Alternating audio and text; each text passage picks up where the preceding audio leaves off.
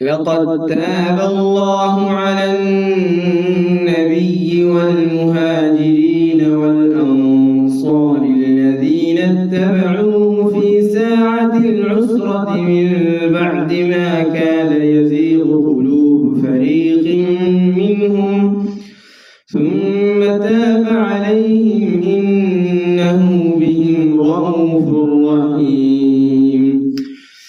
وعلى الثلاثة الذين خلفوا حتى إذا ضاقت عليهم الأرض بما رحبت وضاقت عليهم أنفسهم وظنوا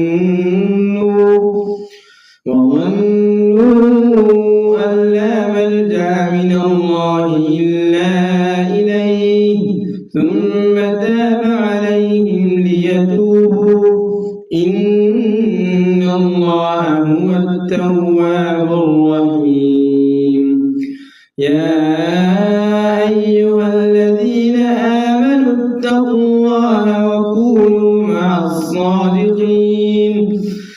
ما كان لأهل المدينة ومن حولهم من الأعراب أن يتخلفوا عن رسول الله ولا يرغبوا بأنفسهم عن نفسه ذلك بأنهم لا يصيبهم ظمأ ولا نصب ولا مخمصة في سبيل الله ولا يطؤون موطئا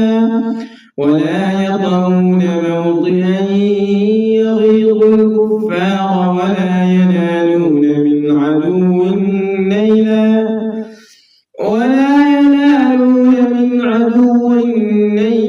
إلا كتب لهم به عمل صالح إن الله لا يضيع أجر المصلحين.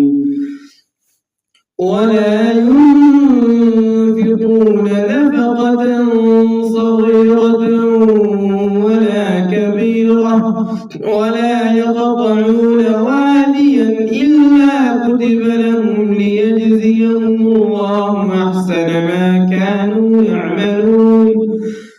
وما كان المؤمنون لينفروا كافة فلولا نفر من كل فرقة منهم طائفة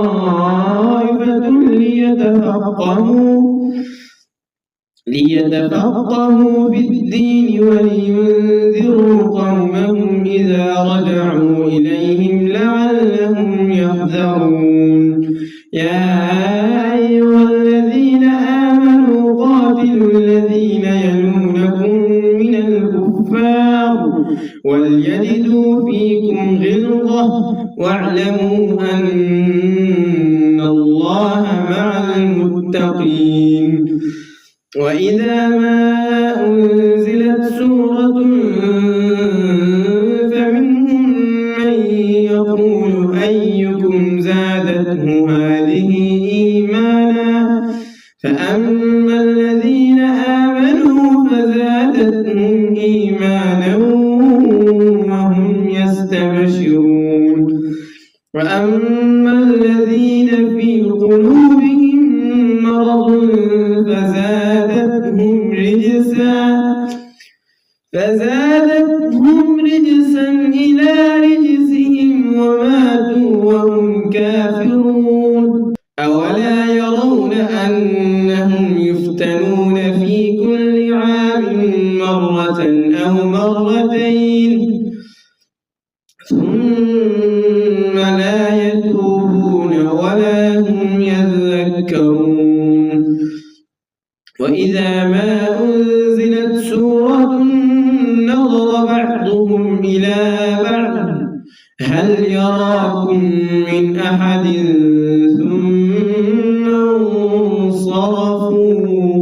صرف الله قلوبهم بأنهم قوم لا يفقهون.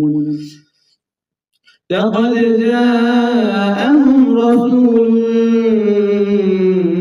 من أنفسكم عزيز لقد جاءكم رسول من أنفسكم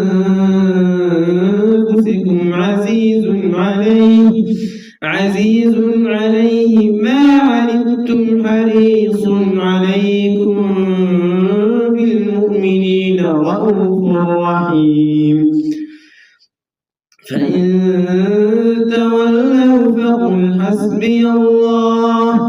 حسبي الله لا إله إلا هو عليه توكلت وهو رب العرش العظيم